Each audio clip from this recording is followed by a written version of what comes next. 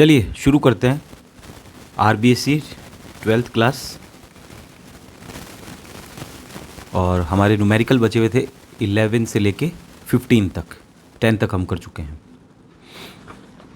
Question देखते हैं 11वां क्या कह रहा है।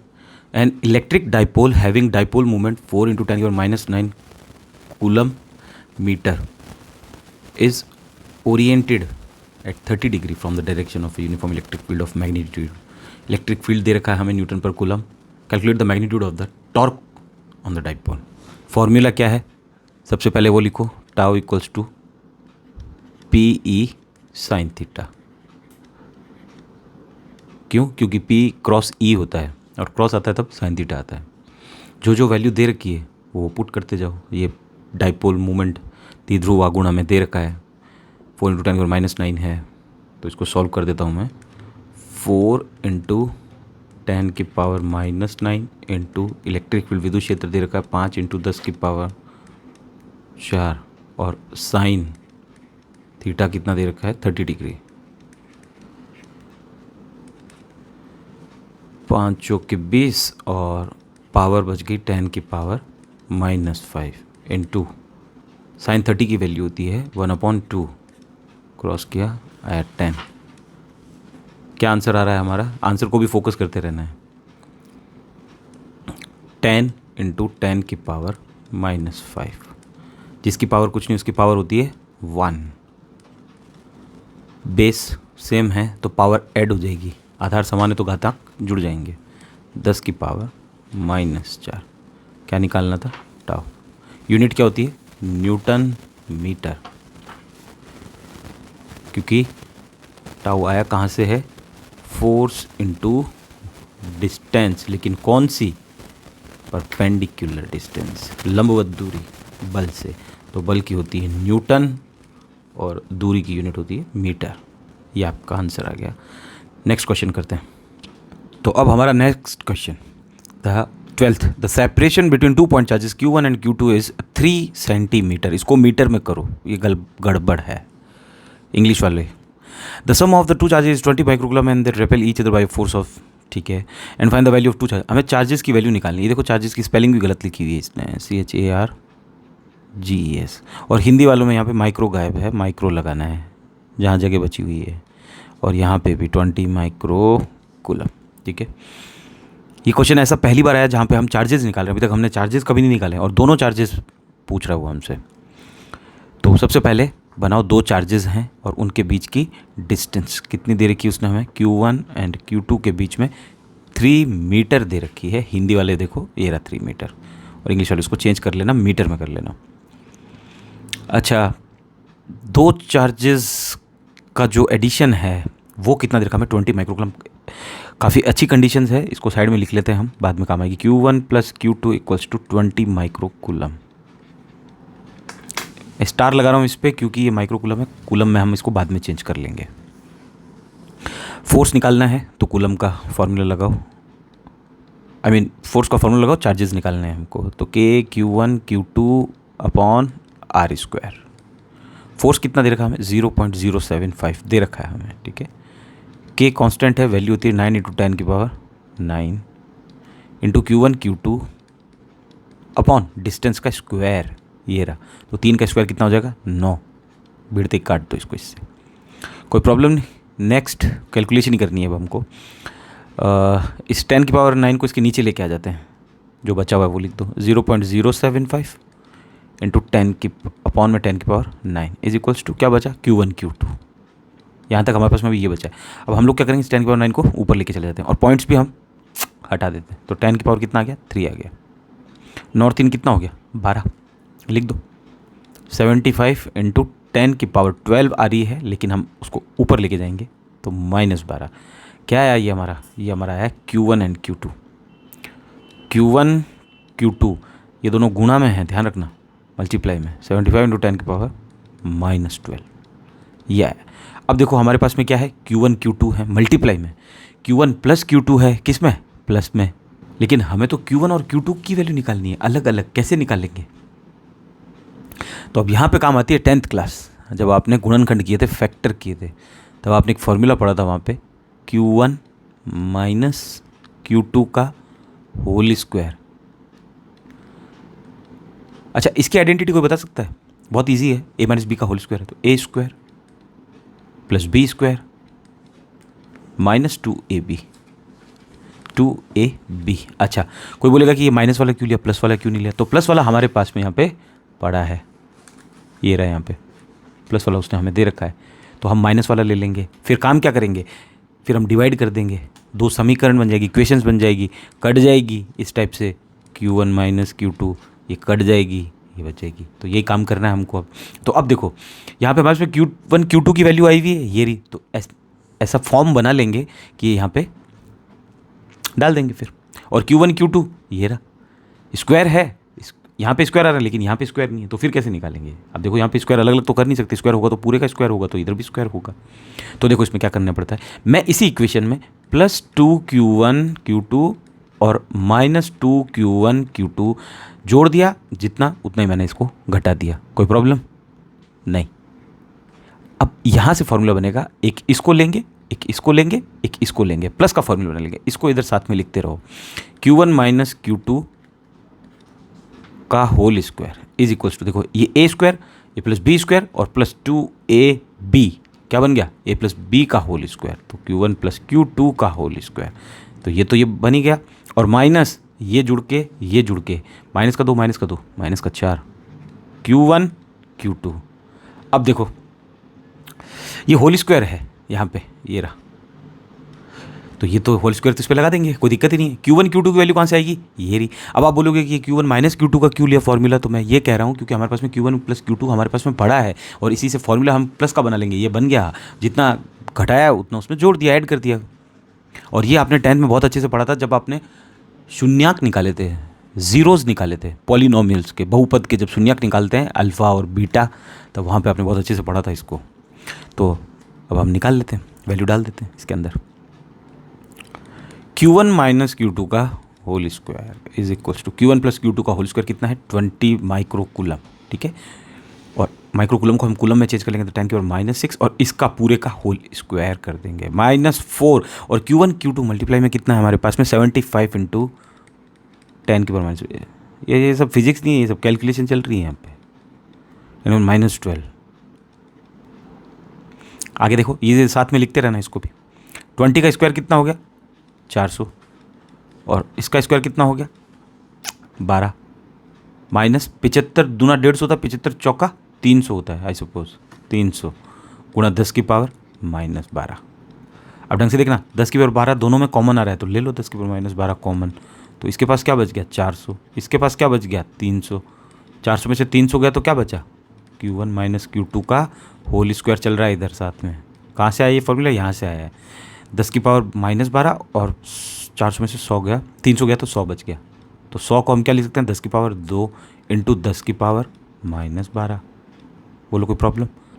Q1 माइनस Q2, यहाँ ध्यान रखना इसका स्क्वायर हटाना है अब हमको, तो यहाँ पे क्या लग जाएगा, रूट लग जाएगा, तो इसको मैं 100 लिख देता हूँ वापस से, है ना, तो 10 की पावर -12, क्योंकि 100 लिखेंगे तो रूट निकालना आसान हो जाएगा, कहीं मल्टीप्लाई मत कर देना पहले, ये लो, कोई प्रॉब्लम नहीं है, रूट ले लेते हैं। Q1 माइनस Q2 इसको 100 का रूट कितना होता है 10, और 10 की पावर -12 का रूट कितना होता है 10 की पावर -6, ये रूट भी आ गया, तो 10 गुणा 10 की पावर -6, ये हमारा आ गया Q1 माइनस Q2 आ गया। और Q1 प्लस Q2 कितना, वो रहा हमारे पास में ऊपर Q1 प्लस Q2। यहाँ पे क्या करें, ये इक्वेशन नहीं बनी है, कोई नंबर दे दो इसको दूसरा, ये इक्वेशन हमारी पहली है समीकरण, इसको पहला नंबर दे दो, और क्या कर देंगे, इसको काट देंगे, ठीक है। लेकिन वो माइक्रोकूलम में उसको चेंज कर लेना, मैंने लिखा हुआ है। अब हमारे लिए इक्वेशन सॉल्व करना बहुत आसान हो गया। पहली equation Q1 plus Q2 is equals to 20, और क्या माइक्रोकूलम, रहने दो वैसे का वैसे ही, और ये क्या बन गया Q1 minus Q2 is equals to 10, और ये 10 की पावर -6 को मैं क्या मान सकता हूँ, माइक्रो मान सकता हूँ, तो ये भी माइक्रोकूलम में है, ये भी माइक्रोकूलम में है, कोई प्रॉब्लम नहीं, जैसा है वैसे चलने दो,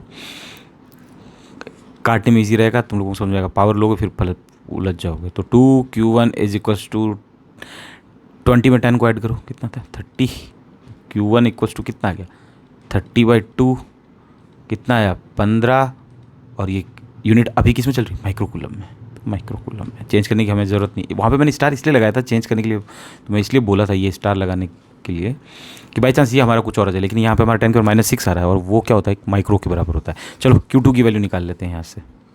Q2 की वैल्यू निकालते हैं, कौन सी इक्वेशन से निकालनी है वो सब आपकी मर्जी है यहाँ पे।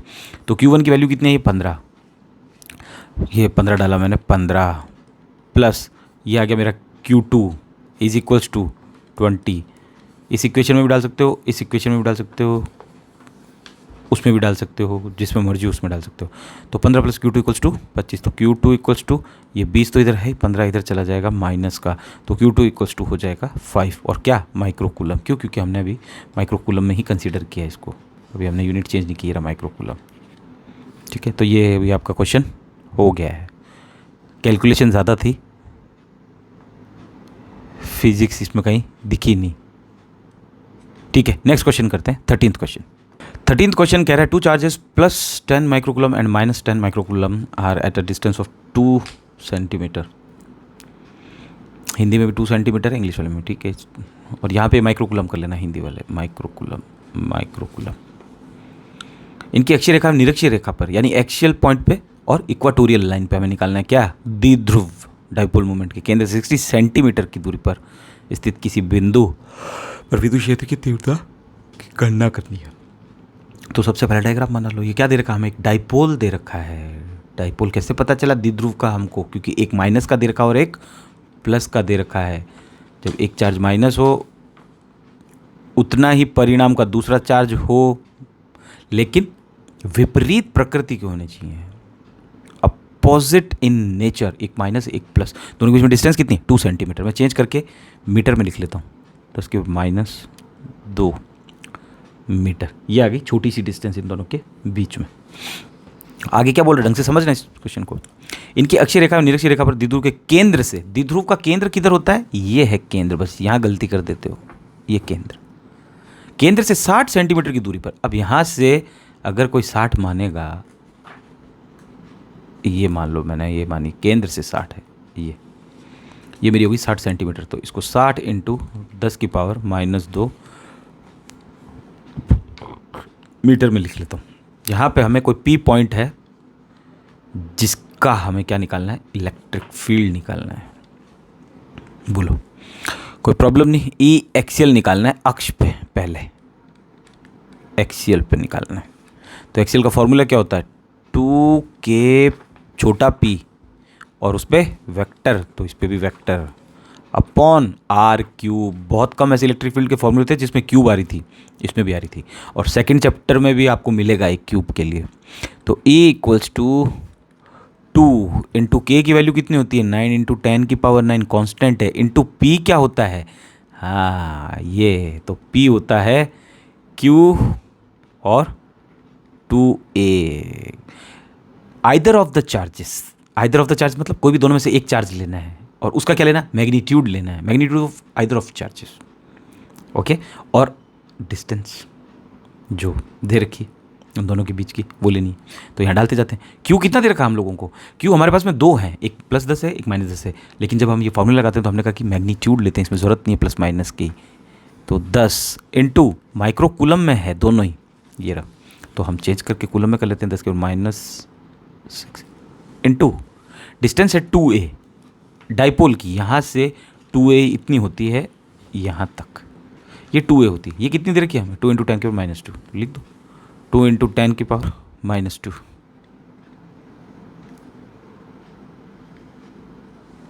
ध्यान रखना ये 2a ये है, ये वाली, ये जो डिस्टेंस है ना यहाँ से सेंटर से, ये सेंटर से ये वाली, ये r दूरी कहलाती है, यहाँ तक जो E निकाल रहे हैं हम यहाँ पे, ठीक है, ये r दूरी कहलाती है। ये कितनी है हमारे पास में, 60 × 10 की पावर -2, और क्या करना है, इसका क्यूब करना है, तो 60 × 60 × 60, और क्यूब करना है तो 10 की पावर -6 कर दूँ एक साथ ही, गुड, काट देते हैं, 2 60, इस 2 को 30 2 60, 3 3 की 9, 3 10 30 और 3 10 30 आ गया, ये भी इलाज हो गया।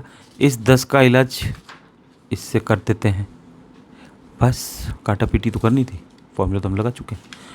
क्या बचा हमारे पास में, 10 की पावर 9 भी है, 10 की पावर 6 भी है, देखो 10 की पावर कितनी बची है, 8 बची है माइनस में, और एक प्लस में है 10 की पावर 9, तो क्या बचा ऊपर 10 बच गया, अपॉन में क्या बचा, फिर 10 बच गया, एक ये रहा, एक 60 बच गया, और एक बच गया 10 की पावर -6।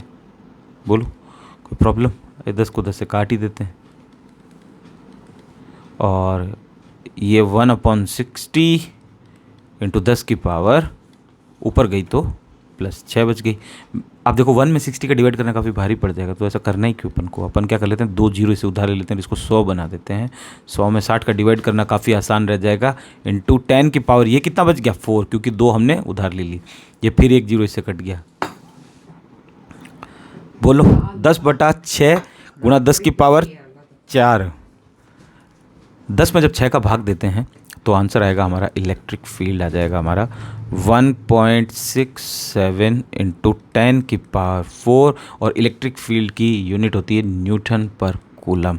ये हमारा आया है एक्सियल पे, ए लिख देना अक्ष पे, ठीक है, एक्सियल बोलते हैं। अब हमें इक्वाटोरियल पे निकालना है, लेकिन जब हमने इक्वाटोरियल का फॉर्मूला बनाया था तो हमें ये पता था कि उसके अंदर 2 नहीं आ रहा था, ई इक्वाटोरियल पर, ई निरक्ष पर फॉर्मूला सेम था इक्वाटोरियल, लेकिन सिर्फ 2 का गड़बड़ था। इक्वाटोरियल पे हमारा फॉर्मूला आया था के पी छोटा पी अपॉन आर क्यूब। अब देखो गड़बड़ कहाँ आ रही है, इसमें सिर्फ 2 का आ रही है, यानी ये 2 टाइम्स ज़्यादा है, तो इसका आधा कितना होगा, यानी 160 का आधा कितना होता है 80, ठीक है, और जबकि 160 से थोड़ा सा ज़्यादा है, 170 है, 170 का आधा कितना हो जाएगा 85, लेकिन 170 ये है नहीं, उससे थोड़ा सा कम है, तो ऑल टुगेदर निरक्ष पे हम निकाल रहे हैं, इक्वाटोरियल पे निकालेंगे, ई क्यू यू है इक्वा पे, तो 0.83 यानी 85 से कुछ कम आएगा, और पॉइंट लगाओ तो पॉइंट हमने लगा दिया 2 डिजिट के बाद में, इंटू 10 की पावर 4 न्यूटन पर कूलम। ये लो, और आंसर दे ही रखा है ये आंसर। तो इसकी कैलकुलेशन कभी नहीं करनी होती जो इक्वाटोरियल पे होता है, निरक्ष पे जो होता है, एक की कर लो, दूसरे को उसको डबल कर दो। आई होप बैठ गया होगा, इजी सा क्वेश्चन था, कोई दिक्कत नहीं। नेक्स्ट क्वेश्चन करते हैं 14th क्वेश्चन। अब देखो बेटा क्वेश्चन करते हैं 14th। 2 identical point charges Q are at some distance, a charge small q is placed on the line joining in an equilibrium system. सबसे पहले देखो 2 आइडेंटिकल चार्ज दे रखे हैं, आइडेंटिकल मतलब दोनों Q हैं, आइडेंटिकल का मतलब होता है दोनों सेम होंगे। बैठ गया पहली चीज़, तो ये बना दिया मैंने 2 चार्ज, ये बड़ा चार्ज Q, ये बड़ा चार्ज Q। अच्छा, ये क्वेश्चन बिल्कुल आपका एक एग्जाम्पल है, उदाहरण है 1.10, ठीक है, वैसा है, लेकिन बिल्कुल हूबहू नहीं है, क्योंकि उसमें उसने क्या बोला था यहाँ पे कि बीचों बीच ये रखो, इस छोटे क्यू को, इस स्मॉल क्यू को मिडिल में रखो, एग्जाम्पल में, ठीक है, MIDD मिडिल, मध्य में, मध्य, बीचों बीच, मध्य मतलब बीचों बीच, एक बीच में होता है और एक होता है बीचों बीच, बीचों बीच, ठीक है, उसने ऐसा बोला था उस क्वेश्चन के अंदर, लेकिन यहाँ इसने देखो दूरी नहीं दे रखी है। तो ये 2 आइडेंटिकल तो हमने बना दिए, दोनों कैसे हैं, प्लस प्लस के लिए हमने, सेम है इसलिए। Q are at some distance, charge Q is placed on the line joining in an equilibrium system. इस लाइन ज्वाइनिंग पे ही हमें तीसरा चार्ज रखना है, स्मॉल q। कहाँ रखेंगे नहीं मालूम। What will be the value of nature of Q, so the system में बी इन इक्विलिब्रियम। पूरा सिस्टम इक्विलिब्रियम में रहना चाहिए। 2 समान बिंदुवत आवेश Q जो परस्पर कुछ दूरी पर रखे गए हैं को मिलाने वाली रेखा के मध्य में अन्य आवेश Q रखा गया है। कहाँ रखा हुआ है Q, पता नहीं। Q का मान है प्रकृति ज्ञात कीजिए कि निकाय संतुलन में रहे। पूरा निकाय संतुलन की बात कर रहा है सिस्टम। तो देखो ये क्वेश्चन हम बहुत पहले कर चुके हैं, कई बार कर चुके हैं। अब तो मेरे को क्या इसको करवाने में उल्टी आ रही है, लेकिन अब क्या इसमें थोड़ा सा ना ये चेंजेस है कि ये मिडिल वाला इसमें नहीं दे रखा है यहाँ पे, लेकिन इस एग्जाम्पल में ऐसा दे रखा था मिडिल वाला, लेकिन यहाँ ऐसा कुछ नहीं दे रखा। तो पहले हमें दूरी भी निकालनी पड़ेगी। तो ये दूरी कितनी है टोटल, R हम मानते हैं स्मॉल दूरी, ठीक है। तीसरा चार्ज आएगा कहाँ पे, पहली चीज़ तो तीसरा चार्ज आएगा जब दोनों सेम चार्ज होते हैं, चाहे दोनों प्लस के हों या चाहे दोनों माइनस के होते। ये दोनों प्लस के हैं या दोनों माइनस के होते तो तीसरा चार्ज कहाँ आता, बीच में ही आता, ठीक है, बीच में कहीं पे। तो मैं मान लेता हूँ कि यहाँ मेरा आ गया Q, ये इस पॉइंट पे आ गया, बैठ गया। पहले हम दूरी निकालेंगे, ढंग से समझना। अब इसकी प्रकृति कैसी होगी, पहले तो नेचर कैसा होगा Q का देखते हैं आप। सबसे पहले ढंग से समझना, ये Q इस पे फोर्स मार रहा है इधर, इस Q को इधर भेज रहा है, ठीक है। ये Q इधर जा रहा है, ये वाला Q ये भी प्लस का है, ये भी प्लस का है। ये वाला Q इसको किधर भेजेगा, ये भी इधर भेजेगा। तो फिर निकाय संतुलन में कहाँ रहा है, ये तो उधर चला गया ना, बैठ गया। इसको देखो, ये पहले इस पे इधर फेंकेगा, फिर ये दूसरा वाला भी इसको इधर फेंकेगा, तो संतुलन में कहाँ रहा, एक इधर जाना मांगता है, एक इधर जाना मांगता है, यानी इसका मतलब मैं इसको नेगेटिव लेके देखूँ एक बार। ठीक है, वेरी गुड। अब देखो ये कहाँ जाएगा इस केस में, इसके पास जाने की कोशिश करेगा क्योंकि प्लस माइनस है, तो ये जा रहा है इधर, आ रहा है। ठीक है, ये इसको कहाँ फेंकेगा कि तू उधर जाए, यानी डायरेक्शन देखो अलग अलग हो रही है। वेरी गुड, यही चाहिए थी। ऐसा ही इसमें हो जाएगा, ये इसके पास जाने की कोशिश करेगा लेकिन ये वाला वापस इसको, हाँ दोनों को देखना होता है बेटा, समझ में आना, ठीक है ना। इसको इससे देखना है, फिर इसको इससे देखना है। इस केस में पहले छोटे वाले को इससे देखो, फिर बड़े वाले को भी इससे देखो, क्योंकि चार्ज दे रखा है तो थोड़ा दिमाग लगाओ। तो मैं ये बोल रहा हूँ कि ये हमने ये जो चार्ज लिया ये माइनस कर लिया। क्यों लिया समझ में आ गया, क्योंकि इक्विलिब्रियम कब हो रहा है, इस केस में हो रहा है कि एक इधर जा रहा है एक इधर जा रहा है, तो डेफिनेटली है कुछ जीरो आने के चांसेस रहेंगे। समझ में आ गया भाई, इधर उधर जा रहा है फोर्स, समझ में आ रहा है, नेगेटिव होगा क्योंकि वेक्टर क्वांटिटी है, दोनों डायरेक्शन में जाएगा, इसका मतलब इसको माइनस होना पड़ेगा। तो क्योंकि प्रकृति तो हमको पता चल गई कि नेगेटिव होगा। उसने हमसे प्रकृति पूछी कि ये प्रकृति क्या होगी, तो हमने बता दिया यहाँ पे नेचर, वो बाद में भी बता सकते थे हम, लेकिन अब हमें पहले तो डिस्टेंस भी नहीं पता और फिर वैल्यू भी निकालनी है ये आंसर में, ये जो दे रखा है उसने। तो देखो सबसे पहले क्या करना है हम लोगों को, ये आर है, इतनी सी मैं एक्स मान रहा हूँ, यहाँ से लेके ये एक्स मान रहा हूँ यहाँ तक, तो ये क्या हो जाएगी, ये वाली डिस्टेंस बड़ी वाली आर है, उसमें से हम एक्स को माइनस कर देंगे टोटल में से। ठीक है, ये बैठ गया। चलो लगाते हैं फॉर्मूला, के फोर्स न्यूटन वाला, पहले इस क्यू के इस क्यू का, क्यू अपॉन ये डिस्टेंस कितनी है बेटा एक्स, तो एक्स स्क्वायर, माइनस क्यू नहीं लेते क्योंकि मैग्नीट्यूड लेना पड़ता है। ठीक है, इज इक्वल्स टू, इसका देखो के क्यू इन दोनों पे लगाना है, क्यू अपॉन डिस्टेंस कितनी है आर माइनस एक्स का होल स्क्वायर। अभी हम पहले डिस्टेंस निकाल रहे हैं, समझ में आना, दूरी निकाल रहे हैं कि ये क्यू कहाँ है, ये तो बीचों बीच कहीं नहीं है, हमने तो कहीं ऐसे पटक दिया अपनी मर्जी से, डिस्टेंस निकाल रहे हैं अभी हम। ठीक है, तो के से के मर गया, क्यू से ये क्यू मर गया, इस क्यू से क्यू मर गया, बैठ गया। क्या बचा, 1 x square is equals to 1 R minus x का होल स्क्वायर। इसको इधर लेके चले जाते हैं, क्रॉस मल्टीप्लाई कर देते हो, आर माइनस एक्स का whole square is equals to X square, A minus B का होल स्क्वायर खोल लो, A square plus B square minus 2x R is equals to X square. इस एक्स स्क्वायर को मैं इधर लाऊंगा तो ये कैंसिल आउट हो गया कि नहीं हो गया, हो गया, good. R square equals to 2x R, ये बैठा, गुड। आर हमें x निकालना है ना, x निकालना है, x इक्वल्स टू, ये देखो ये रहा है x equals to R square upon 2r। बोलो ये r से r कट गया तो x बराबर कितना आ गया, r/2 पे डिस्टेंस होगा, यानी ये जो r होगी ना इसका r/2 कर दो, यानी कहीं कहाँ आएगा, मिडल में आएगा। ये दूरी निकालना सिखाइए, इसलिए ये मैंने क्वेश्चन करवाया, वरना मैं करवाता ही नहीं। दूरी कैसे निकालते हैं समझ में आ गया तुमको, ऐसे निकालते हैं, इसने दी नहीं है। यानी देखो r कौन सा आ रहा है, ये वाला r आ रहा है, x की जगह r/2 रखना है, इसकी जगह r/2 रखो, इसकी जगह r/2 रखते हैं, एक बार देखना क्या आता है। तो r तो है ही, और माइनस x की जगह क्या रखना है, r/2, नीचे कुछ नहीं, उसके नीचे 1, एलसीएम आया 2, तो 2r माइनस r, 2r में से r गया तो r/2, ये भी r/2 आ रहा है और ये भी r/2 आ रहा है, आना पड़ेगा क्योंकि x, बिल्कुल भाई, तभी तो, क्योंकि देखो ये दोनों सेम है, और जब ये सेम है तो इसको बीच में आना पड़ेगा, क्योंकि वो फोर्स बराबर तभी तो लगा पाएगा, तभी तो जीरो होगा। भाई फोर्स जीरो कब होता है कि इधर किसी ने 15 न्यूटन का फोर्स लगाया, इधर किसी ने 15 न्यूटन का फोर्स लगाया, दो अलग अलग डायरेक्शन में जा रहे हैं, तो फोर्स नेट कितना हो जाएगा, जीरो हो जाएगा। क्यों हो जाएगा कि 15 में से 15 माइनस हो जाएंगे, क्योंकि ये प्लस हो गया और हम इसको माइनस, अच्छा ये माइनस नहीं मार रहा था फोर्स, ये भी प्लस ही मार रहा था, बोल रहा मुझे माइनस क्यों ले रहे हो, लेकिन हम बोल रहे हैं कि हमें दोनों में से किसी एक को प्लस लेना पड़ेगा। तो फिर अगर इसको प्लस ले रहे हो तो इसको माइनस, अगर इसको माइनस ले रहे हो तो फिर इसको प्लस ले लेंगे, कोई दिक्कत नहीं है ना। डायरेक्शन अपोजिट हो रही है तो वहाँ पे फोर्स के जीरो होने के चांसेस है, यहाँ पे डायरेक्शन अपोजिट तभी होगी, और ये चार्ज भी कौन सा होगा, नेगेटिव काइंड ऑफ चार्ज होगा। ठीक है, नेगेटिव यानी ऋणात्मक होगा। तो ये हमने दूरी लगा दी और हमें पता चल गया कि ये चार्ज किस दूरी पे आ गया, इस दूरी पे आ गया। अब हम लगाते हैं इस Q की वैल्यू निकालते हैं, इस बड़े वाले Q के टर्म में निकालेंगे। वेरी गुड, निकालो भाई। तो के Q, अब देखो पहले तो इन दोनों को ले लेते हैं, इन दोनों को, ठीक है, फर्स्ट और इसको, के Q अपॉन डिस्टेंस कितनी है, r/2, और इसका क्या है, होल स्क्वायर। क्योंकि ये कितना दूर बैठा हुआ है, r/2 दूरी पे बैठा हुआ है। अब वो वाली दूरियाँ भूल जाओ जो पहले की थी, वो तो हमने ये प्रोसेस पहले के लिए था। नया डायग्राम बना लो, फिर बोलोगे कि वहाँ से कहाँ से, ये लो। अब हमें दूरी भी मिल गई है, क्यू, चाहे प्लस लो चाहे minus low, plus low minus low. ये चार्ज हमने निकालिया बिल्कुल बीचों बीच है। ये डिस्टेंस कितनी है बेटा, इतनी q/2। ये कितनी है, सॉरी r/2, r/2 टोटल कितनी है बेटा, r होगी तभी तो होगा ना।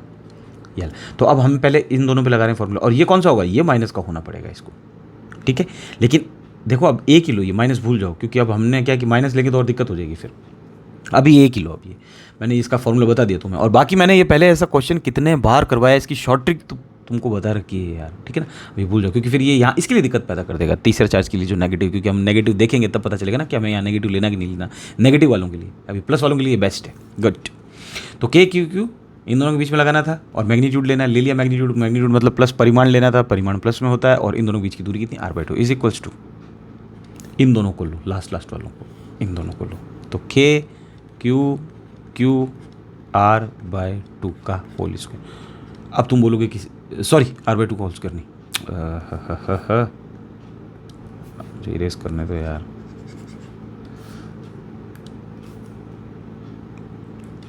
इन दोनों के बीच की दूरी कितनी है, क्यू वाले के बीच में, r²। ये अब तुम बोलोगे कि सर ये दोनों ले लिए और ये वाले ले लिए, इन दोनों को क्यों नहीं लिया। अरे तो ये और ये एक ही तो चीज़ है यार, ये और ये एक ही तो चीज़ है, सेम ही तो है। इन दोनों चाहे ये लो चाहे ये लो, फिर निकालोगे क्या, बराबर आ जाएगा सारा सारा, है ना। तो k से k को इलाज कर दो, q से q का इलाज कर दो, तो q और इसको मैं इधर मल्टीप्लाई कर देता हूँ यार, r² यार इज इक्वल्स टू ये q और ये r²/4। बोलो कोई प्रॉब्लम है, नहीं है। 4 आ रहा है हमारा आंसर में, आ गया भिड़ते ही। इस r² को इस r² से काट दें तो q इक्वल्स टू q/4। अब आंसर आ रहा हमारा माइनस में, तो हम बोल रहे थे कि हमारा ये जो छोटा वाला q था हमने इसको नेगेटिव लिया था, नेगेटिव लगा देते हैं, कोई ज़रूरत नहीं लगाने की। और ये नेगेटिव हम इसको दे देते हैं, इस साइड में भेज देते हैं, ये दे जाएगा तो ये प्लस का हो जाएगा, तो ये दे जाएगा तो ये माइनस का हो जाएगा, कोई दिक्कत नहीं है। या फिर इसने इसका नेगेटिव दे दिया। और दूसरी चीज़ अगर कोई आंसर ये लिख के आए कि q/4, ये भी सही है, क्योंकि तुम यहाँ पे बता चुके हो ये नेगेटिव, ठीक है। ये भी सही है, ये भी सही है, ये भी सही है, तीनों सही है। आंसर जो तुम्हारी मर्जी हो वो लिख के आ सकते हो, लेकिन ये थोड़ा सा लिख देना यहाँ पे, यहाँ उसको माइनस, क्योंकि देखो तुम्हारी कॉपी तो मैं चेक करूँगा नहीं, जो करेगा उसको क्या कि फिर वैसा का वैसा चाहिए, तो लिख देना q की प्रकृति ऋणात्मक होगी, q will be negative, nature of q will be negative, ठीक है। ये बैठ गया, और इन यहाँ से माइनस हटा दो, क्योंकि अपन ने प्लस के हिसाब से लिया है, तो ये माइनस इसलिए लिया था ताकि फोर्स बराबर लग पाए, और बीचों बीच है तो इसको माइनस लिया। अगर माइनस वाला आते तो यहाँ पे फिर देखते वो क्यों माथा फोड़ी करवा रहा हूँ मुझसे, मैं तो कर दूंगा। तो ये आंसर तीनों ही सही है, ठीक है, ये भी सही है। अब ये सोचोगे कि नहीं यहाँ पे माइनस क्यों नहीं है, तो आंसर को देखो बेटा, उसने क्यों की प्रकृति पूछी, तो यहाँ पे फॉर्मूले में कोई यहाँ इधर लिखने की कोई ज़रूरत नहीं होती है, लेकिन हमने वहाँ पे क्यों की प्रकृति पहले बता चुके हैं ऑलरेडी, वहाँ पे माइनस है। तो ये समझ में आया कि मैंने इस क्वेश्चन तुम्हें क्यों समझाया, तुम अभी भी मेरी बात को नहीं समझो। मैं ये बोल रहा हूँ, इसने यहाँ पे इस छोटे क्यू के लिए, ये छोटे क्यू के लिए बस यही बोला है कि ये कहीं लाइन जोनिंग पे पड़ा है, ये कोई लाइन है, इसके बीच में कहीं छोटा क्यू पड़ा है, कहाँ पे पड़ा है कहीं नहीं पता हमें, तो आपने बोल दिया कि यहाँ पड़ा है। ये लो, पहले मैंने यहाँ मान लिया है था, ये यहाँ पड़ा है, अब मैंने यहाँ मान लिया, इसको हटा दिया, यहाँ मान लिया। x तुम इसको मानो या इतने से को x मानो, तुम्हारी मर्जी है, जिसको जो मानना है वैसे मानो। मैंने पहले एग्जाम्पल करवाया हुआ था, उसमें मैंने तुम्हें बहुत अच्छे से समझाया था, ये काफ़ी पहले आ चुका था एग्जाम्पल, 1.34 के आसपास आ गए थे शायद ऐसे क्वेश्चन, ठीक है ना। लेकिन उसमें थोड़ा सा ये था कि मिडल का दे नहीं रखा था, इसमें मिडल का दे रखा था, इसलिए मैंने उस हिसाब से तुम्हें समझाया है। करना इतना सा ही था, लेकिन इस क्वेश्चन के लिए डिमांड थी, ये करने की ज़रूरत थी इसमें, ठीक है ना। ऐसे तुम अपनी मर्जी से नहीं लिख सकते हो कि मिडल में, उसने दिया नहीं कहीं मिडल के लिए। और अगर किसी वीडियो में अगर ऐसे दे रखा हो डायरेक्ट ये कर लो, तो वो गलत है, ठीक है। इसीलिए तो फिर ये क्वेश्चन 4-5 मार्क्स के आते हैं, और तुम क्या आधा पोर्शन करके आ जाते हो तो आधे मार्क्स मिलते हैं। तुम्हें ऐसा लगता है कि तुम्हारी वैल्यू भी सही थी, तुम यहाँ पे भी माइनस लगा के आए, कोई बोलेगा मैं नहीं लगा के आया लेकिन मैंने यहाँ लैंग्वेज लिख दी थी, तो ऐसा नहीं होता, ये बताना पड़ता है उसको डिस्टेंस का, तो ठीक है। नेक्स्ट क्वेश्चन करते हैं, question number 15। Good, next question देखो क्या कह रहा है, क्वेश्चन नंबर 15 लास्ट क्वेश्चन है इस चैप्टर का, last video. Calculate the ratio of acceleration of proton, neutron and an alpha particle in a uniform electric field. एक समान विद्युत क्षेत्र में प्रोटॉन, न्यूट्रॉन एंड अल्फा कणों के त्वरणों का अनुपात ज्ञात कीजिए। तो सबसे पहले तो तुम्हें न्यूट्रॉन नहीं पता, अल्फा कण नहीं पता, अल्फा पार्टिकल क्या होता है, न्यूट्रॉन क्या होता है, प्रोटॉन तो पता है, ठीक है। तो सबसे पहले देखो क्या होता है कि आइसोटॉप्स और आइसोबार्स पढ़े तुम लोगों ने, समस्थानिक और समभारिक। आइसोटॉप्स और आइसोबार्स, समभारिक, री की मात्रा इधर आनी चाहिए थी। As I told you I have done my engineering from Pennsylvania university, my Hindi is a little bit weak, okay. बड़े नेता इंजीनियर विदेश से पढ़ पढ़ के। ये होता है समस्थानिक, स्थानिक। For god sake I am an MBA god medalist, topper of my class. तो फिर पढ़ा क्यों रहे? Because I like it. Psychologist says बच्चों के साथ जुड़ना है, बच्चों के साथ रहना है, बच्चा बन के रहना, तो बच्चों को पढ़ाना पड़ेगा। गुड। तो देखो बेटा, सबसे पहले याद करो कि 9th क्लास में तुमने एक जॉन, सर बोलते हैं, सॉरी यार, सर जॉन डाल्टन, बुजुर्ग हैं अपने मतलब एंसेस्टर्स हैं, पूर्वज हैं अपने, ठीक है। इन्होंने एक थ्योरी दी थी, बहुत सारी, कुछ 5-6 पॉइंट दिए थे। किसके ऊपर? परमाणु के ऊपर, एटम के ऊपर। एटम के ऊपर ढंग की थ्योरी देने वाले पहले आदमी यही थे, ठीक है। वैसे तो इंडिया का थे, महर्षि कणाद बोलते हैं उनको, लेकिन जॉन डाल्टन को माना जाता है कि उन्होंने कुछ मतलब लेवल की थी, है मतलब साइंस से जुड़ी हुई चीज़ें दी थी। परमाणु, एटम पे उन्होंने कुछ पॉइंट्स दिए थे। तो बहुत सारे पॉइंट थे, वो तुम्हें याद होने चाहिए, लेकिन एक पॉइंट जो उन्होंने बोला था वो ढंग से सुनो। उन्होंने बोला था कि एक तत्व के सभी परमाणु समान होते हैं। बेटा, atoms of given element are identical in mass and chemical property। बैठ गया? यानी क्या बोल रहे हैं? एक तत्व के सभी परमाणु समान होते हैं, समान होते हैं मतलब, ठीक है ना। तो एक तत्व कोई भी ले लो, कोई भी एक तत्व ले लो, इतने सारे तत्व हैं, एलिमेंट कितने हैं? 118 बढ़ गए होंगे भाई। देखो पता नहीं इन चीज़ों में, तुम लोग है ना मेरी बातों को मत पकड़ा करो, मुंह को, ठीक है ना। अगर कोई चीज़ चेंज भी हो तो कमेंट में बॉक्स दे रखा है, चेप दिया करो कि सर इतने हो गए हैं, ठीक है ना।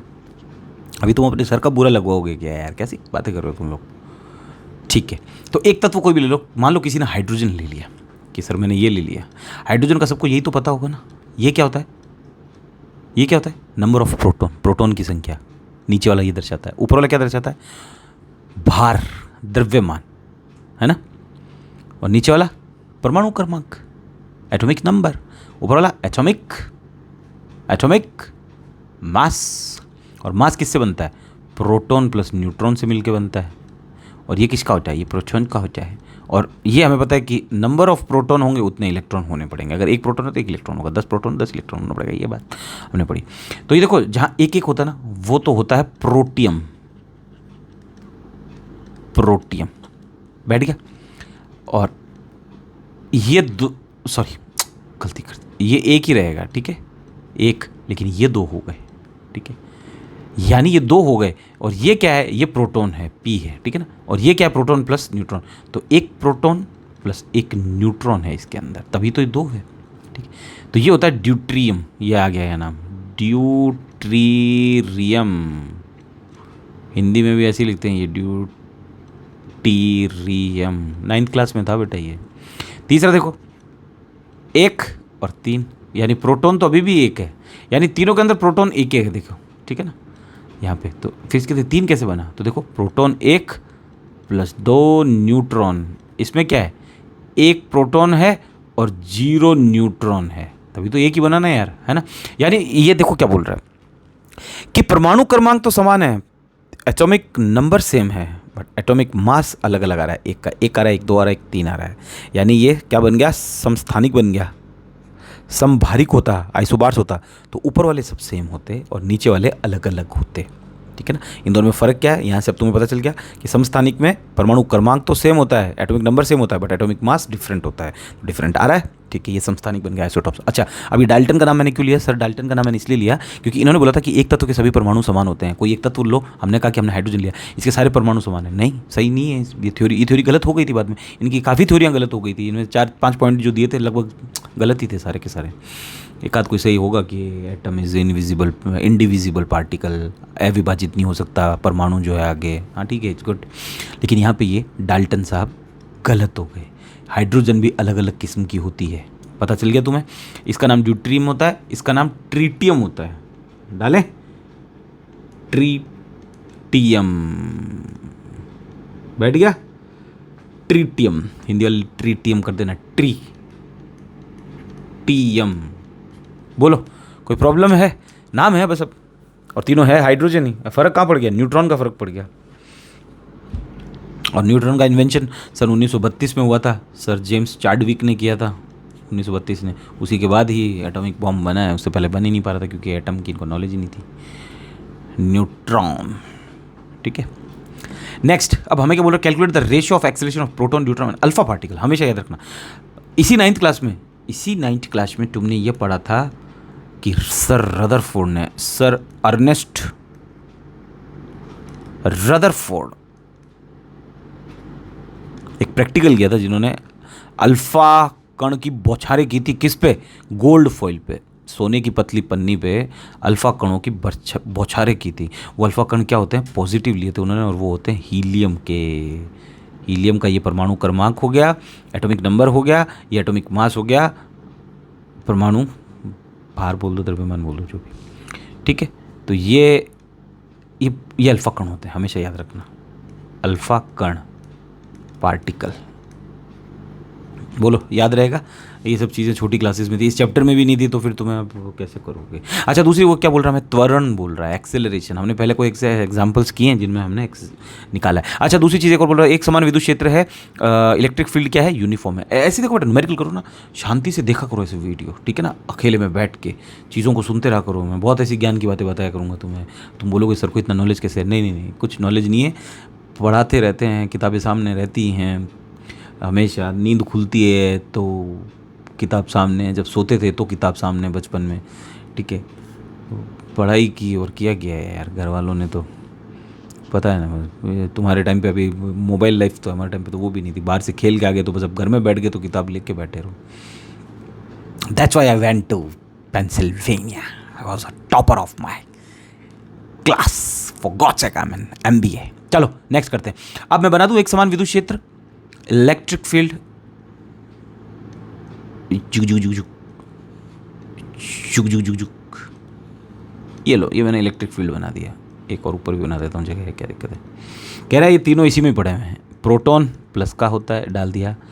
ड्यूट्रियम को मैं डी से बोल रहा हूँ, ये ड्यूट्रियम भी डाल दिया मैंने, और प्लस अल्फा पार्टिकल भी यहाँ पड़ा हुआ है, एक समान में पड़े हुए हैं। कोई प्रॉब्लम नहीं। प्रोटॉन पे क्या होता है? P होता है, लिख दो, प्रोटॉन है। ड्यूट्रियम का डी का लिखो, डी का लिखो, क्या होता है? डी का लिखो, क्या होता है? तो डी का लिखेंगे 1H और 2 आएगा, ये रहा 2, ड्यूट्रियम, ठीक है। और अल्फा पार्टिकल का लिखो, क्या होगा? अल्फा पार्टिकल हीलियम का होता है, पॉजिटिव होता है, लिख दिया तुम्हें 2H4, और ये प्रोटॉन ही हो गया, ठीक है ना, नॉर्मल जो तुम लोगों को मालूम है। बैठ गया यहाँ तक तो। अब हम ये जानते हैं कि एक होता है F बराबर QE। ये फोर्स कब लगता है? ये इलेक्ट्रोस्टैटिक फोर्स है बेटे मेरे, स्थिर वैद्युतिक की बल होता है ये। और एक बल तुमने क्या पढ़ा है? बचपन से पढ़ते आ रहे हो, MA या MG, ठीक है ना। G कब लगाते हैं? जब नीचे कुछ भी नहीं हो, बस हवा हो और तुम गिर रहे हो बस। और एक्सेलरेशन मतलब, तो बोलोगे कि एरोप्लेन, अरे एरोप्लेन के अंदर एनर्जी होती है भाई, पेट्रोल होता है, उस टाइम पे एक्सेलरेशन लेंगे। और अगर एरोप्लेन का पेट्रोल ख़त्म हो जाएगा तो फिर उस केस में जी लेंगे, क्योंकि अब एरोप्लेन को पायलट नहीं चला रहा, अब ऊपर राम जी चला रहे हैं। राम जी नहीं, ये राम जी चलाते तो बचा देते, यमराज जी, ठीक है। अब देखो F बराबर QE भी है और F बराबर MA भी है, यानी मैं देखो ये EP हटा दो, फिर और कन्फ्यूज हो जाओगे। F बराबर Q है और F बराबर MA, यानी इस F की जगह क्या मैं MA पुट नहीं कर सकता? ये भी तो F ही था, तो MA बराबर QE। बोलो, हमें एक्सेलरेशन निकालना है, तो क्यू ई अपॉन एम। बोलो आया कि नहीं आया समझ में? आ गया, गुड। यही समझाना था। ये एक्सेलरेशन निकालना है, नाम दे रखा है वहाँ उसने हमें, एक्सेलरेशन का हमने दे दिया नाम। अब आगे देखो, प्रोटॉन का निकालना है, PROTON, प्रोटॉन। और फिर हमें किसका निकालना है? ड्यूट्रियम का, ड्यूट्रॉन का। तो यहाँ पे क्यों लिखें ड्यूट्रॉन, सॉरी यहाँ पे नहीं लिखते हैं। यहाँ पे क्या आ जाएगा? प्रोटॉन आ गया, इसका मास आ जाएगा यहाँ पे मास यानी द्रव्यमान। प्रोटॉन का द्रव्यमान कितना होता है और प्रोटॉन पे चार्ज कितना होता है? आवेश, आवेश यानी क्यू आ गए। तो प्रोटॉन यहाँ से हटाओ, यहाँ लिखो प्रोटॉन। ड्यूट्रियन, जो भी स्पेलिंग है लिखते रहना, ट्रियन। अब देखो प्रोटॉन का द्रव्यमान कितना होता है ये हमें पता है, उसको हम मास ऑफ प्रोटॉन बोल देते हैं। और इस पे आवेश क्यू क्या लिखेंगे, कितना होता है, यानी क्यू पी, चार्ज, आवेश यानी चार्ज। और चार्ज को कैसे लिखते हैं? क्यू से लिखते हैं। तो ये आ गया प्रोटॉन की लाइन के लिए। बोलो, ये ड्यूट्रॉन की लाइन के लिए। ड्यूट्रॉन का मास देखो कितना होता है, ये रहा मास, ऊपर वाला होता है मास, ढंग से ये रहा ऊपर वाला मास होता है ड्यूट्रॉन का, ठीक है ना? बड़ा इजी वे में कर रहा हूँ मैं। तो ये प्रोटॉन का कितना होता है? एक ही तो होता है, और क्या। और इसका क्या हो जाएगा? डबल हो जाएगा। Very good. तो 2 mp कर दो। mp क्यों लिखा? हमने कहा कि प्रोटॉन के मास का डबल होता है कौन? ड्यूट्रॉन। तो इसलिए हम mp ही ले रहे हैं। और चार्ज कितना होता है? चार्ज सेम होता है, ये रहा चार्ज। इसमें भी प्रोटॉन एक, खुद एक ही होता है, हाइड्रोजन में भी प्रोटॉन एक ही होता है। यहाँ पे क्यूपी सेम आ गए। बोलो प्रॉब्लम नहीं। ट्रिटियम, ट्रिटियम क्या, सॉरी अल्फा कण दे रखा है, अल्फा कण, अल्फा एलिमेंट, पार्टिकल, एलिमेंट का पार्टिकल, सॉरी पार्टिकल। मैं क्या दोनों हिंदी इंग्लिश में एक साथ पढ़ाता हूँ ना, तो थोड़ा सा फोकस रहता हूँ कि तुम लोगों को सारी चीज़, तो कई बार कोई और शब्द सामने आ जाता है। अब देखो बेटा, इसका कितना है? 4 है ना? प्रोटॉन का मास कितना होता है? नॉर्मल जो भी होता है उसका 4 गुना ही हो जाएगा। तो क्या कर देंगे? 4 mp, उसका 4 गुना हमने mp फॉर्मेट में लिख रहे हैं। और चार्ज इसका कितना था? इसमें डबल हो जाता है चार्ज, जो भी चार्ज था उसका डबल हो गया। बोलो कोई प्रॉब्लम नहीं है? प्रॉब्लम तो लिख दें इसको ढंग से तरीके से। ड्यूट्रॉन था क्या? प्रोटॉन तो पी था। ड्यूट्रॉन क्या था? लिख दोगे ना यहाँ पे 1H2, सॉरी H2, ये नीचे 1 है पाँव में, और यहाँ पे 2He4, ये सब लिखना था। अब कुछ भी दिक्कत नहीं। एक्सेलरेशन निकालना है हमें। अब देखो एक्सेलरेशन जब P के प्रोटॉन के लिए निकालेंगे तो इसके नीचे P लिख देना, क्योंकि मास भी हम किसका ले रहे हैं? प्रोटॉन का ले रहे हैं। चार्ज कौन सा ले रहे हैं? प्रोटॉन का ले रहे हैं, तो इस पर भी प्रोटॉन लगा देना, ये लो। अब जब हम ड्यूट्रियम का लेंगे तो ड्यूट्रियम लिख देना, क्यू ड्यूट्रियम ले रहे हैं, ई ले रहे हैं, और मास किसका ले रहे हैं? ड्यूट्रियम का ले रहे हैं, तो ये काम आ जाएगा। फिर अल्फ़ा के लिए ले रहे हैं तो अल्फ़ा के लिए लिख देना, ठीक है? तो मैं लिखता जाता हूँ। पहले एक्सेलरेशन किसका? प्रोटॉन का, रेशियो में। एक्सेलरेशन किसका? ड्यूट्रियम का। एक्सेलरेशन किसका? अल्फ़ा कण का। थोड़ा ऊपर चले जाते हैं, अपन को जगह चाहिए होगी। और बोलो आ गया समझ में? इसका फॉर्मूला क्या है एक्सेलरेशन का? QE/mp, और मैं इसके नीचे P लिख देता हूँ। बोलो बैठ गया? इसका भी क्या है? चार्ज दोनों का देखो सेम है। इसका भी चार्ज सेम था प्रोटॉन का, और इसका भी चार्ज सेम। तो ऊपर चार्ज आ रहा है तो QP इंटू EI रहा है। ये फॉर्मूले में ये रहा। इसका मतलब P लिख देना यार, यहाँ पे D के लिए भी P, मास ऑफ P। लेकिन ये मास कितना है? इसका डबल है तो 2 आ जाएगा ना, नीचे 2 आ जाएगा, डबल मास है। मास ऑफ प्रोटॉन से ड्यूट्रियम का मास ऑफ प्रोटॉन डबल है तो 2 mp आ जाएगा। ये P है बेटा, ठीक है ना? इसको ढंग से समझना, 2 mp। आगे देखो इसका कितना है? इसका 2 है ऊपर पहले से ही, QP, ये रहा 2QP इंटू E। तुम्हें समझ में तो आ रहा है कि क्या चीज़ ली मैंने? इसके लिए खाली QP की जगह QP लेना है, इसकी जगह QP की जगह QP लेना है, लेकिन इसकी जगह अल्फा की बात करेंगे तो QP नहीं लेके 2QP लेना है यहाँ पे, ठीक है ना? 2P। और E आ रहा है फॉर्मूले में, ये रहा। और अपॉन में मास इसके लिए MP ले लिया, इसके लिए 2 MP ले लिया, और इसके लिए 4 MP, और कुछ नहीं डाला ही तो, वैल्यू तो डाली बेटा। और क्या एक्सेलरेशन में? ये एक्सेलरेशन की Q की चाहिए होगी तो Q की वैल्यू निकाल ली अपन ने, मास चाहिए होगा अपन ने, मास यहाँ निकाल लिया। और क्या, वैसे देखो ना ढंग से समझ के, E से E काट दो, कॉमन है। इलेक्ट्रिक फील्ड क्या? यूनिफॉर्म है, ठीक है? MP से MP काट दो, QP से QP काट दो, तो बचा क्या? क्या वो लिख लो, ये बचा 1, रेशियो 1/2 दिख तो रहा है, 2 बचा हुआ है, रेशियो 2/4, इसको काटो तो ये 1/2, ये आ गया 1/2। बैठ गया? एलसीएम ले लो, जिसके नीचे कुछ नहीं उसके नीचे 1, कितना आ गया एलसीएम 2, तो ये क्या बन गया 2:1:1 आ गया। और ये 2 कहाँ चला गया, 0 में चला गया, ये 2 0 में चला गया। और रेशियो क्या गया 2:1:1, उसको 0 में भेज देंगे हम। ये हमारा आंसर। वो हमसे बोल रहा था कि इनका त्वरणों का अनुपात ज्ञात कीजिए, तो इसका त्वरण क्या हो जाएगा, एक्सेलरेशन, प्रोटॉन का एक्सेलरेशन ज़्यादा इन दोनों के बराबर हो जाएंगे। कैसे किया, कुछ नहीं, एपी की वैल्यू निकालनी है, एक्सेलरेशन की वैल्यू निकालनी है, यहाँ से निकाल देना। ये दो फोर्स क्यों लगे, क्योंकि ये शुरू से लगते हुए आ रहे हैं। और एक इलेक्ट्रिक फील्ड में पड़ा है तो इलेक्ट्रिक फील्ड का भी फोर्स निकालना है, लेकिन उसने एक्सेलरेशन की बात की, त्वरण की बात की। त्वरण हम जानते हैं बराबर एम ए होता है। हमने कहा कि एम ए को हम इधर पुट करते थे, क्योंकि ये भी एफ है ये भी एफ है, तो एम ए यहाँ पुट कर दिया, एक्सेलरेशन निकाल दिया, यहाँ से इनके द्रव्यमान और चार्ज निकालते रहे उस फॉर्मेट में कि सबको प्रोटॉन से कंपेयर करते रहे कि मास प्रोटॉन का जो होता है उसका ड्यूटेरियम का मास थोड़ा डबल हो जाता है।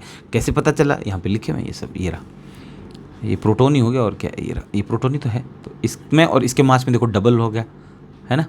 और अब ये नहीं लेना, अब बोलोगे ये तो 3 गुना, ये क्यों नहीं लिया, अरे ये हीलियम वाले लेना, ये यहाँ पे पड़ा हुआ है हीलियम, ठीक है, ये हीलियम पड़ा है, ये इसको लेना है। ये 4 गुना हो गया कि नहीं हो गया, ये 2 गुना था, ये 2 से ये उठ के यहाँ पे 4 गुना आ गया।